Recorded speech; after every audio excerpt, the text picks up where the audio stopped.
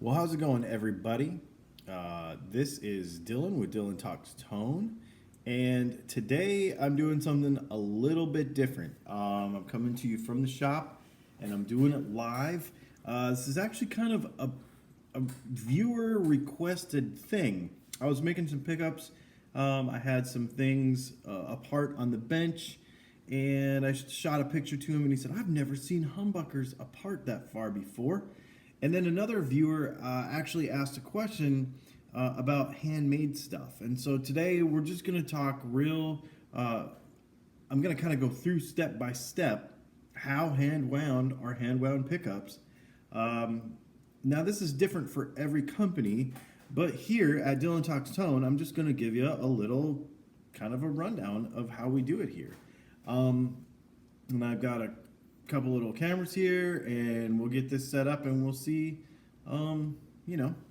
just kind of walk you through a couple of different styles of pickups and how we do it. And then also over here in the chat window on YouTube, so I actually have the chat window going over here, and I'm going to try to do my best to keep up with questions and stuff if you have them as we go. So I don't do these very often. This normal, except for our live show on Monday nights, we don't normally do just the pop-up live videos. So let's do it. Let's go ahead, and I'm gonna throw my head in the box here, and I'm gonna show you. Let's talk about it. So obviously we've seen a lot of us have seen just a normal, like for instance, like a humbucker, complete, right? And so we've got our base plate, and we got our screws, and we got our Philister screws. This has a cover so you can't see, the actual screws. This is actually a, let's see if we can give you a little better light on this section. So, anyway, so it's a completed humbucker. So let's talk about the individual pieces. Number one, the main component, well, let's talk about the small pieces first, and then we'll sweep those out of the way. We've got our base plates. So here at Dylan Talks Tone, we don't use brass base plates. If you look online and you see brass, like a gold colored base plate for a humbucker, it's probably a less expensive pickup. There's a couple of really good pickups that use them, but it's not very common. So this is nickel, and we have these made here in the States. We try to use as little foreign components as possible. So base plates is here. We have our keeper bar. We'll talk about that in a minute. That's going to sit right here. And then as we take a bobbin with the screws and put our Philister screws in it, they're going to stick out the bottom of that, right? Come out the bottom. They're going to go through that keeper bar, and they're going to be held to the base plate. Let's talk for just a moment about bobbins. Real super traditional people are going to get, I don't want to say hung up, but kind of, people really have a thing about like butyrate bobbins and all that sort of stuff. There's a couple of components in a humbucker, for instance, that just make no difference to the tone whatsoever, and people get really over analyzing about them. The plastic spacer that's put in our pickups, we use plastic. We don't use maple. There's no reason for it. It doesn't change anything. It doesn't make any difference, and it just doesn't make any difference. And they're easier to procure. ABS versus butyrate bobbins, again, another thing that just does not matter. You got to remember that in the 50s, when this sort of stuff came out in the first place, it was a lot to do with what materials were available, and butyrate was the hot synthetic, popular synthetic thing. It's been replaced by other products, and it doesn't really matter to the tone. So we use that. But I always like to mention that because it's one of those things that people always ask about. One thing that really does make a huge difference is magnet quality. Again, we get these here in the United States. I believe these ones are actually cut in Germany, though. And so We use really good magnets. Are funny.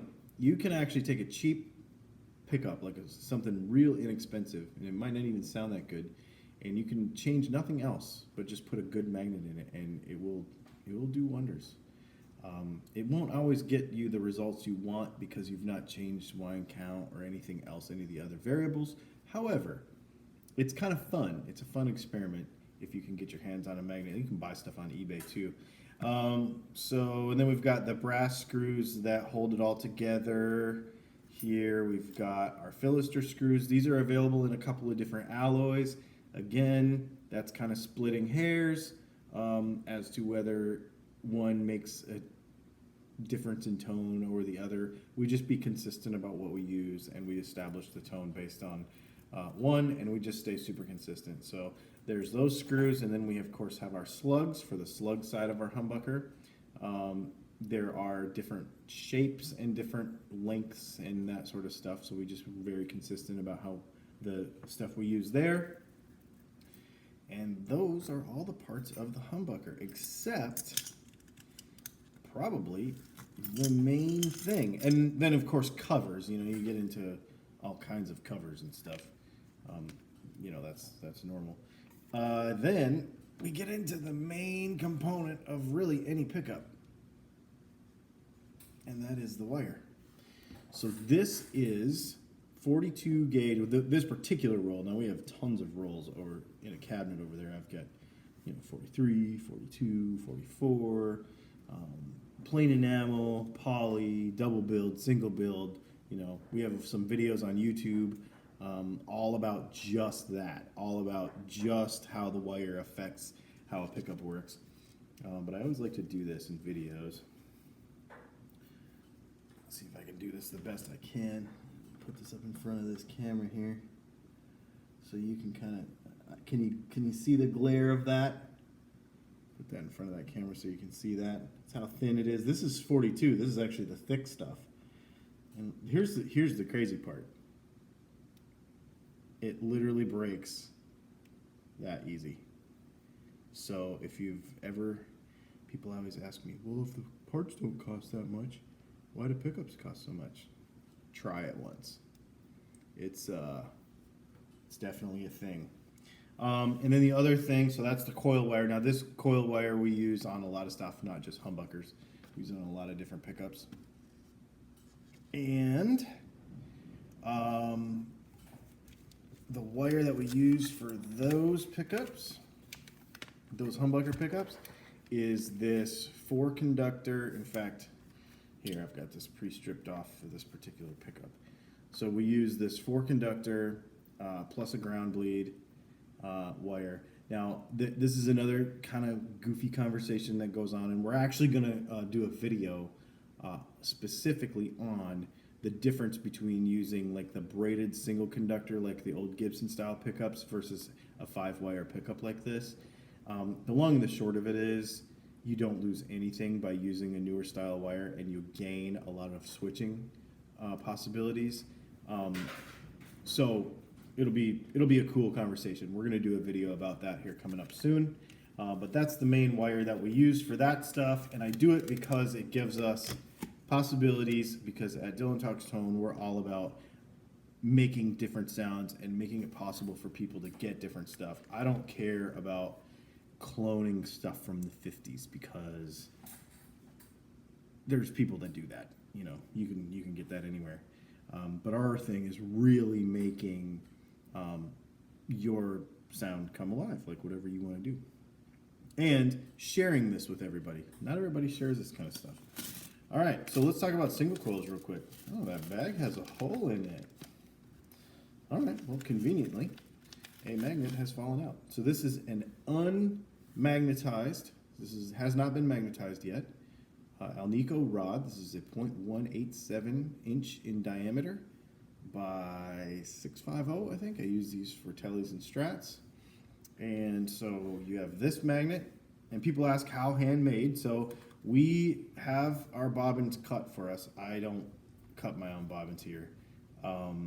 If I did, I would do it with a laser, because it's the only practical way to do it. So I have these laser cut, and then you basically put this here and put this on top of here, and then we have an arbor press over there that we have some templates and such that keep everything straight, and then we press everything together. And the end product of that operation is this bobbin here. This is actually a Telecaster bridge pickup, but it's the one I could grab off the shelf to show you kind of this step and then this step. And then we throw this bobbin on the winder and we wind the pickup.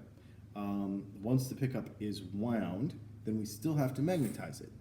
So we magnetize, I will answer that question in just a second. That's a great question. Then we magnetize this.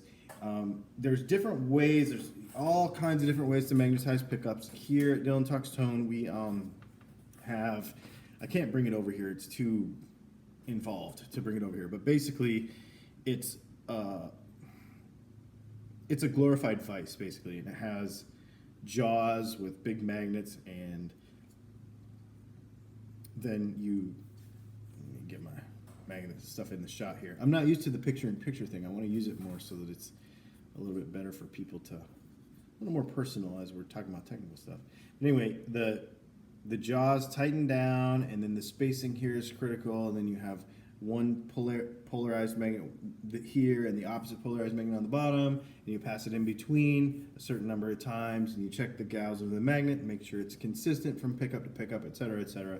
And then you actually have a magnetized pickup, and then you use this cloth-covered pre-tinned pushback wire to use as hookup wire on our single coil stuff. And you may ask, you sound inconsistent because you don't like the traditional style wire for your humbuckers, but you do like the traditional style wire for your single coils.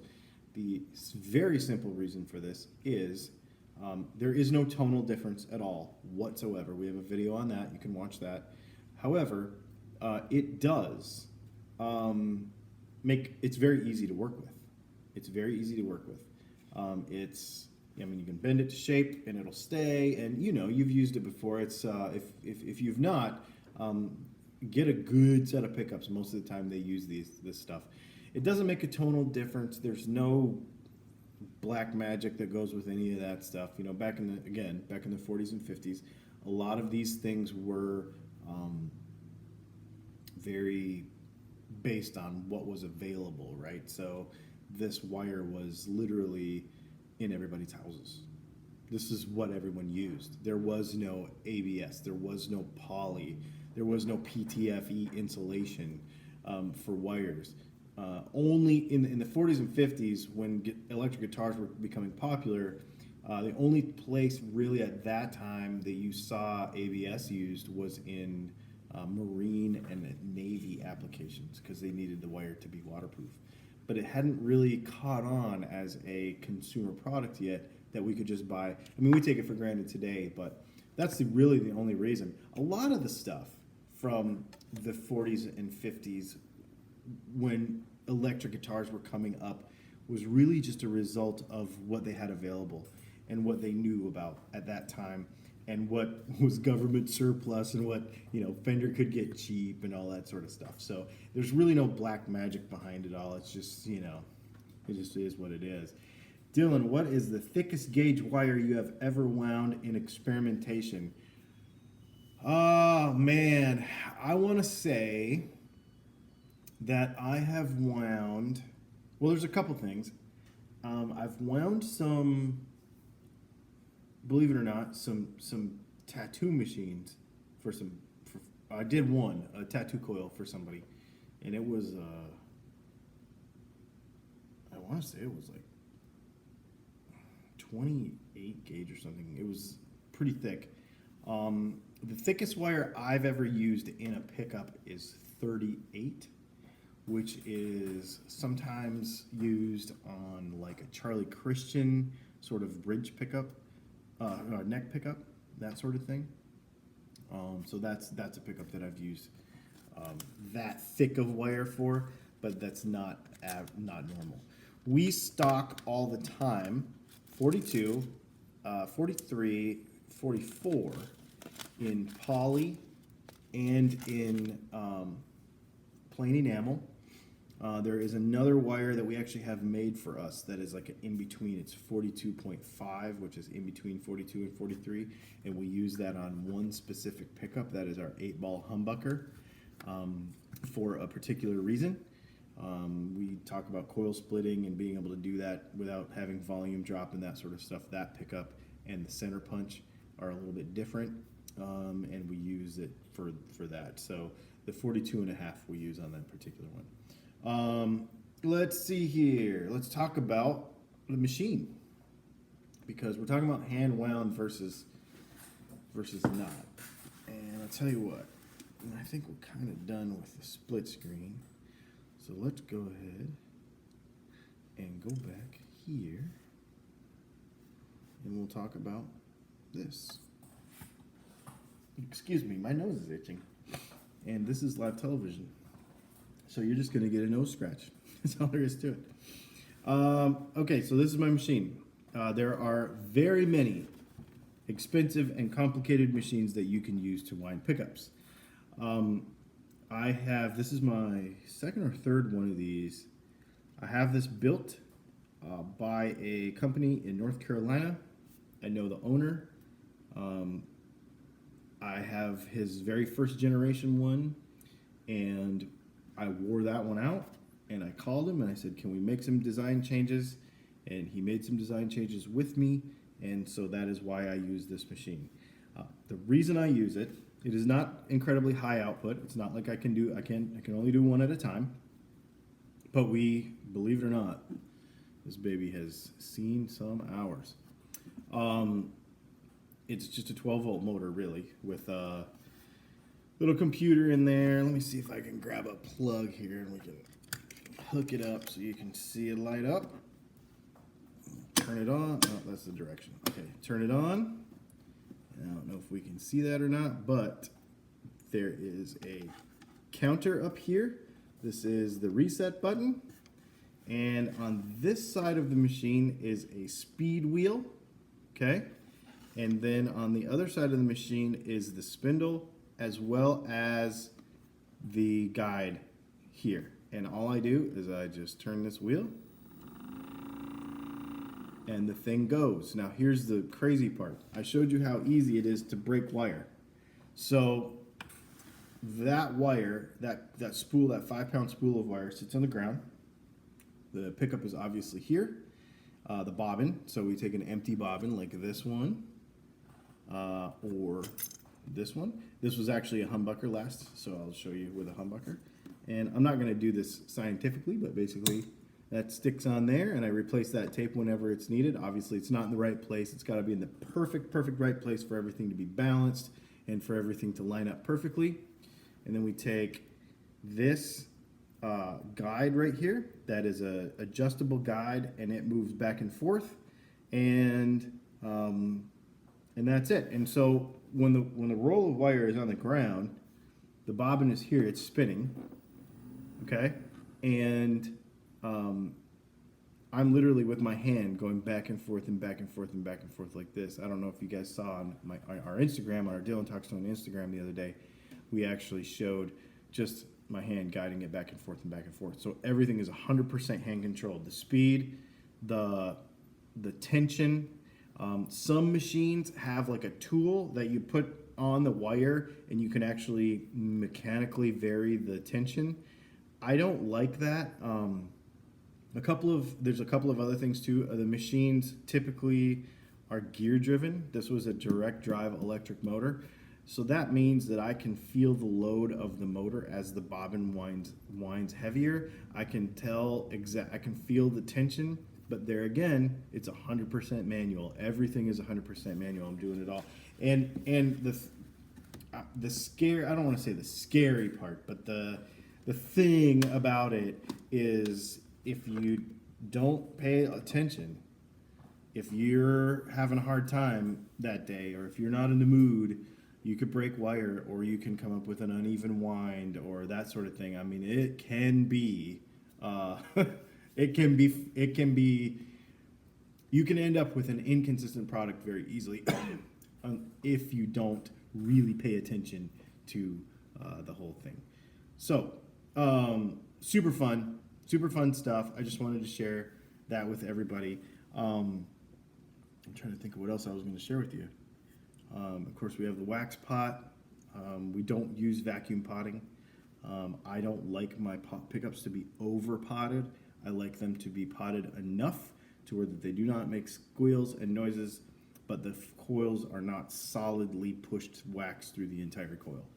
I've done a lot of experimenting and playing with that, so we don't like to over pot them. We're actually going to do a video specifically on potting here coming up.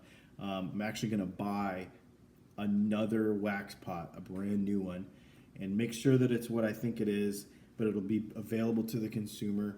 We have a lot of people ask us, can I do it myself? So I'm actually going to show you how you can wax pot for $20. You can have everything you need at home to wax pot, and I'm going to show you how to do it without doing damage to stuff. Because some people want to repot pickups. You know, you have an old pickup or something that gets really squealy, but you know, don't burn your house down, don't ruin your pickup, all this kind of stuff. So we're going to talk about that very soon. If anybody else has any questions, let me know. This thing has a little bit of a lag on it, so I'll give you a couple of seconds while I'm trying to think of what else I wanted to tell you. I actually did this live on my Facebook today too, so it was super fun. I have an old half-pound spool of 34. That's thick. That's really thick. That's it's interesting. The thicker you get, it becomes difficult to wind the coil. You know, obviously what we're dealing with here is like the diameter of hair. So it's very, very easy. But then you run into problems. Here, let me see. I'm gonna look at my trash. Yesterday, I did something. I had a momentary lapse in judgment, and I can't find it. But it just blew up into a rat's nest, you know? I mean, and I do this all the time. This is an everyday thing for me. It's just your brain, you have to be on it. You have to be on it. Now, if you bought 34 to make an experimental pickup, I would put it on a neck pickup, and I would use like an Alnico 4 magnet, and I would make that thing, put as much stuff as you can on the bobbin, and it's going to be very, very low output. It's probably going to be like, I don't know, like 3.4K or something, and throw like an Alnico 4 magnet in there, and it is going to probably sound amazing because it's going to be very Charlie Christian-y. It's going to have really crispy highs, right? Really low output. I think you're going to dig it. It might not make a very good bridge pickup, but yeah, that's a cool idea. Nice wide flat coil with a nice strong magnet would be super cool. Well, everybody, thanks for watching today. Looks like we had about 17 people on here, so I appreciate that. Do me a favor, if you found two things. If you found value in this, if it raises a question, please share this video. The internet is full of people talking about pickups and sorts of things like this, but I don't see a whole lot of people that really want to share this much information about it. And it doesn't bother me. I give you about 95% of what we do. There's probably 5%, you know, including my notebook that I never show anybody, that's got all my specs for everything in it. And maybe there's a couple other little tricky things that I do here that I find that are kind of my thing. So maybe I won't share those for, you know, intellectual property or whatever. But the long and the short of it is, any of this stuff about guitars, pickups, any of that kind of stuff, it's really, a lot of it's common sense, and a lot of it can be figured out, you know, by just searching. And so I figure, let's make it easier for everybody to really understand. And the other thing too is, when people order pickups from us, I want them to know where they come from, where they started, right? And also, you have control of all of this. You know, if we're starting off with a pickup that is these kind of magnets, you can say, well, can you make it a little shorter? Can you make it a little taller? Can you make the magnets bigger diameter? Can you, I mean, there's so many variables that we can have fun with And if you want to experiment and say, you know what, can you put Alnico 3 in these two strings and Alnico 5 in the rest, or, you know, any of that kind of stuff. I like people to understand that at Dylan Talks Tone, it's all about, when you call me, it's all about making you a pickup. We have our designs that are on the internet and we sell lots of them. But it's the fun part is the emails that I get from all over the world that are like, I want to try something a little crazy.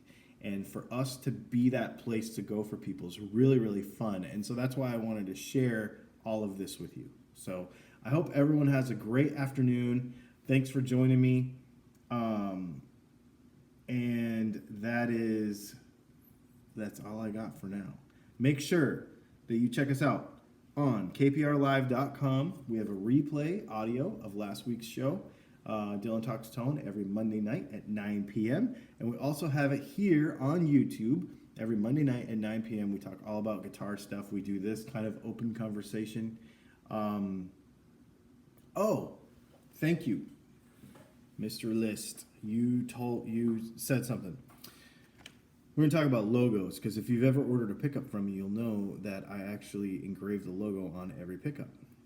I do not pay a laser to do that, because that to me is my personal signature to you, because my signature on my, right there, is actually my name. And I wrote my name, and that's my logo. So when I get done with a pickup, the very last thing I do before I put it in the box is I actually have one of those Harbor Freight engravers, and I just write my name on it. That's how I engrave my pickups. And people can say, well, that's not very consistent, that blah, blah, blah. Well, number one, I've been doing it a long time, and I can write my name with an engraver, number one. And number two, it's really just my personal, gesture to you when you buy a pickup from me, that you know that I had my hands on it, that we did it, and that I built it for you. That's really important to me. So, I really appreciate everybody who supports us. And so when I send something to them, I really want them to know that, I built this for you. And when I write my name on it just before it goes in the box, kind of that's my gesture that says that. So I hope everybody has a great day. We will talk to you on Monday night. We're actually going to shoot some other videos this week, so keep an eye out. Thanks for joining me in the middle of the day. I know it was a weird time. You all have a good one. We'll talk to you soon.